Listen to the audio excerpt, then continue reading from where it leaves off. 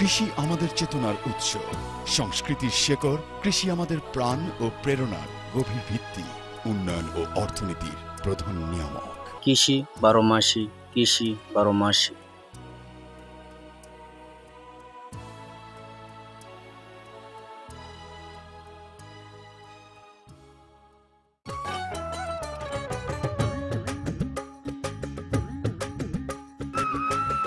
কৃষক ডাক দিয়েছে, দিন বদলের নেই তো বেশি দূর। ও কবিয়া ও বাউল, একটা রাতে বাঁধো নতুন সুর।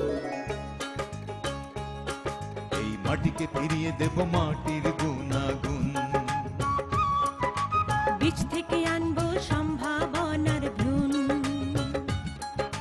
বদলে দেব চাষের রীতি, দূর করে সব ভয় ভীতি। আনবো টেনে বিশ্ব ঘুরে কৃষি জ্ঞানের নতুন রীতি নীতি। শয়নে স্বপনে ভাবনায় চিন্তায় হৃদয় জুড়ে বাংলাদেশ আর বাংলাদেশের কৃষি।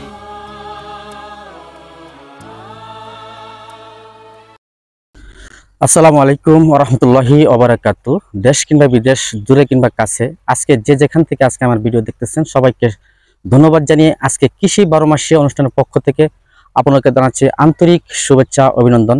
সুপ্রিয় দর্শক মণ্ডলী, ইতিমধ্যে আমরা আরেকটি কৃষি ক্ষেতের একটি বীজ বপন এবং কি গাছ রোপণ এবং কি আনারস এর বাগানে ইতিমধ্যে চলে আসছি। আমরা এর বিষয় কিছু তথ্য আমি আপনাদেরকে দেওয়ার চেষ্টা করব ইনশাল্লাহ। আপনারা ভিডিওটি দেখুন এবং কি ভিডিওটির সাথে থাকুন। আমরা কৃষকের সাথে এই লং টাইম নাকি শর্ট টাইমের ফসল, আমরা এই বিষয় আজকে কৃষকের সাথে কথা বলবো। যদি আপনারা মেহরবানি করে ভিডিওটি দেখার জন্য বিনীতভাবে অনুরোধ জানাচ্ছি।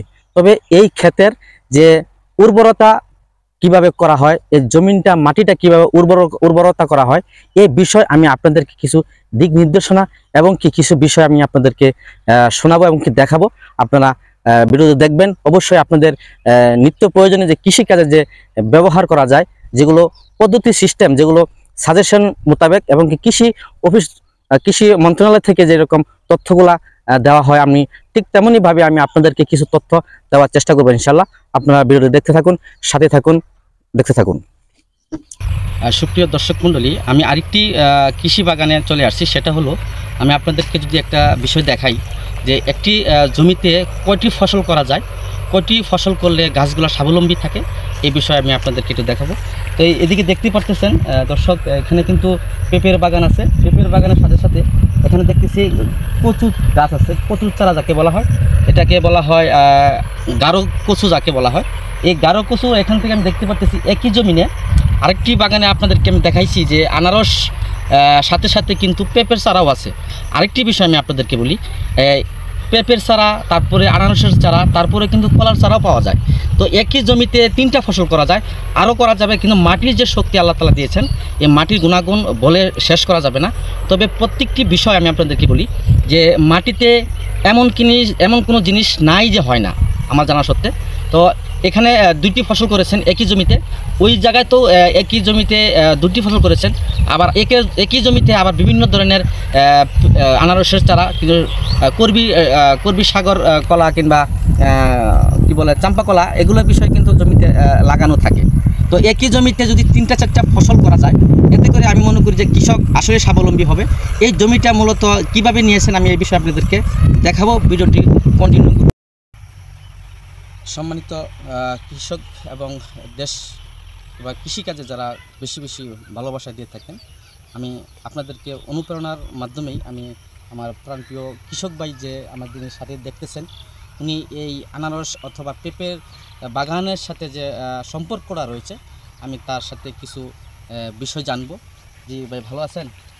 আলহামদুলিল্লাহ ভালো আছি। আপনি যে জি আলহামদুলিল্লাহ আমিও ভালো আছি। তবে আপনি যে এখানে কাজ করতেছেন, কি ধরনের কাজ করেন আপনি এই বাগানে? আমি বাগানে কাজ করি, যে খেতে পানি দেই, বীজ দেই, আবার মাঝে মাঝে ঘাস করতে হয়। আপনি সকাল কটা থেকে খেতে আসেন, জমিতে আসেন? এই তো 8টার থেকে আসি, 5টার দিকে যাই। আচ্ছা, আপনি কি কাজ করে থাকেন? মানে আপনার কৃষিকাজের যে আপনার ইটা আছে, পরিচর্যাটা আছে, কি পরিচর্যাটা আপনি করে থাকেন? কাজ তো কৃষিকাজের তো কম বেশি সব কাজে জানি আর কি, সব কাজই করি। আচ্ছা, হ্যাঁ, বলেন। সব কাজে করি। তো মনে করেন যে এখানে কাজ করতেছি পুরো 1 মাস ধরে। আপনি মানে তাহলে বেতন হিসাবে কাজ করতেছেন? হ্যাঁ, মানে বেতন কত টাকা বেতন আপনার? দৈনিক আমি- বেতন নাকি মাসিক বেতন? দিন দিন দিন, মানে হাজিরা হিসাবে দিন মনে করেন 600 করে কাজ করি। 600 টাকা করে কাজ করতেছেন। এই যে ফসলটা করছে কৃষকে, এটা থেকে সে কিরকম ধরনের লাভবান হতে পারে কিংবা কিরকম ধরনের খরচ হইতে পারে, কি ধারণা আপনার আছে এই বিষয়ে? না, এই বিষয়ে তো আমি তো কাজ করি, আমি তো বলতে পারবো না তেমন একটা। এরপরে কি আপনি কি এখান থেকে কি পুরা 12 মাসে কি কাজ করবেন নাকি না আপনি এই আছেন এই নাই, কোনটা? মানে আছি এবং কাজ করতেছি, যখন মানে কাজ হইব না তখন করবো না। আচ্ছা, তার মানে কি এইসব বাগানে কৃষিকাজে তো মনে করেন আমার জানা এটা 12 মাসই কাজ থাকে। এতে কি আপনি এই কাজ করে কি সংসার চলে? চলে, মোটামুটি চলে। এই 600 টাকা হাজিরা হলে তো আপনার 12 মাসে 1 মাসে 30 দিনে আপনার প্রায় 15,000, আর হইতেছে আপনার 6,000, তাই না? তো প্রায় আপনার প্রায় 20-21 হাজার টাকার মতো মাসে চলে আসে। হ্যাঁ, এতে কি আপনার আয় ব্যয় তো অল্পই নাকি না বেশি আছে? অল্প। সীমিতর মধ্যেই তো আছেন না? হ্যাঁ, জি, ধন্যবাদ। কৃষক ভাই উনি এই কৃষিকাজের সাথে সম্পর্ক, উনি গাছগুলো পরিচর্যা করে থাকেন, বিষ দেন, পানি দেন, কীটনাশক দেন এবং মেডিসিন দেন। তো তার এসব কাজের অভিজ্ঞতা আছে বিদায় কিন্তু সে এখানে কাজ করতেছে। তো সুপ্রিয় দর্শক, আমি আপনাদের সাথে আরও কিছু তথ্য আমি আপনাদেরকে দিব, যারা এই বাগানটি মালিক, যে বাগানটি পরিচর্যা করতেছেন, এমনকি জমিনটা যে কীভাবে নিয়েছেন, আমি এই বিষয়ে আপনাদেরকে ইতিমধ্যে জানাবো। আপনারা সাথেই থাকুন। তো দর্শক মণ্ডলী, আমি ইতিমধ্যে কৃষক ভাইয়ের সাথে দেখা হয়ে গেল। কৃষক ভাইয়ের সাথে দেখা হলো, উনি আসলে একটু ব্যস্ত মানুষ, উনি সবসময় কাজে লিপ্ত থাকেন, নিজের আবাদি ফসল। তো ভাইজান ভালো আছেন? আলহামদুলিল্লাহ। তো দুইটা বিষয় আমি আপনার কাছে জানবো, তেমন একটা বিষয় জানবো না, সেটা হলো আপনি এই কৃষিকাজে কতদিন ধরে নিয়োজিত আছেন? আছে আসলে 14-15 বছর ধরে আছে। আপনি এই জমিটা কিভাবে নিছেন? এটা কি লিজ নিছি কতদিনের জন্য লিজ নিছেন? 1 বছর জন্য। 1 বছর। কত টাকা বাকি? 13,000 টাকা। 13,000 টাকা। আপনি কি 1 বছরের পরবর্তী আবার কিভাবে নেবেন? আমার পরবর্তী বাজার বাড়লে বাড়তে না পারে। আচ্ছা, একই জায়গায় একই জমিতে আপনি যে 2টা ফসল করছেন, মূলত কয়টা ফসল করা যায় একই জমিতে? দুটা 3টা যার যেটা মন চায় করে। আপনি যে 2টা ফসল করছেন, এই পেঁপেটা কি আগে পাবেন না আনারসটা আগে পাবেন? পেঁপেটা আগে বাঁচাবো। আপনি কিরকম আশা করতেছেন? না, আশা তো দেখে বেশি কম থেকে আশা করে। আপনি কি এতে কি পেঁপে থেকে বেশি ইনকাম হবে নাকি আনারস থেকে হবে? একটু সামথিং আর কি, মানে পেঁপে তো ইনকাম বেশি হবে। এটা কিভাবে বেচবেন? ধরেন আপনার মন ভাগে বাস না, কেমন খেত মুক্ত আছে বাস না। আচ্ছা, মন হিসাবে মন কত টাকা আসতে পারে আনুমানিক? মন ধরেন আমার তো নিম্নে 8,000 টাকা। এটা আর কি এই পাইকার টান দিয়েছিলাম, নিজে বাজার বিক্রি করলে মনে করেন যেহেতু আনারসও আছে, আনারসটা কি কতদিন পরে আসতে পারে? আবার এই দিন ফল হারা যাবো। এই দিনে, মানে এটা বৈশাখ মাস চলতেছে, হ্যাঁ, এই দিন। আগামী বৈশাখ মাসে এই দিকে ফসল এটা শেষ। তো দর্শক মণ্ডলী, যেহেতু দীর্ঘ 1 বছর ফসল, এটা আনারসটা আসলে মূলত বৈশাখ থেকে আরেক বৈশাখ পর্যন্ত এটা ফসলের সীমাবদ্ধ থাকে। তো আরেকটি বিষয় আমি দেখলাম, যেটা এই যে ছোটো ছোটো পেঁপে চারা, পেঁপের গাছটা যে আপনি নিয়ে আসছেন, এটা কত টাকা করে তারা কিনে নিয়ে আসছেন? আমরা তো আগে টাকা দিয়েছিলাম 35 টাকা পড়ছে। 35 টাকা করে পিস পড়ছে। তো আমি কিছু কিছু বাগানটা ঘুরলাম, ঘোরার পরে দেখলাম যে অনেকগুলা গাছে কিন্তু ইতিমধ্যে ফুল চলে আসছে। তাতে মনে হয় কি এটা কি শর্ট টাইমে আসতে পারে কি? এটা কি মানে এর থেকে আরো বড় হবে কি? গাছ তো আসলে মূলত বড় হবে, কিন্তু এতটুকু থেকে ফল ধরা শুরু হয়ে গেছে। মানে আপনি আর 1 মাস পর থেকে কি বিক্রি করতে পারবেন ফল? আশা না করা না, যায়? আশা করি আর মিনিমাম 3 মাস না। 3 মাস সময় লাগবে না? জি, ধন্যবাদ ভাই সুন্দর তথ্য দেওয়ার জন্য।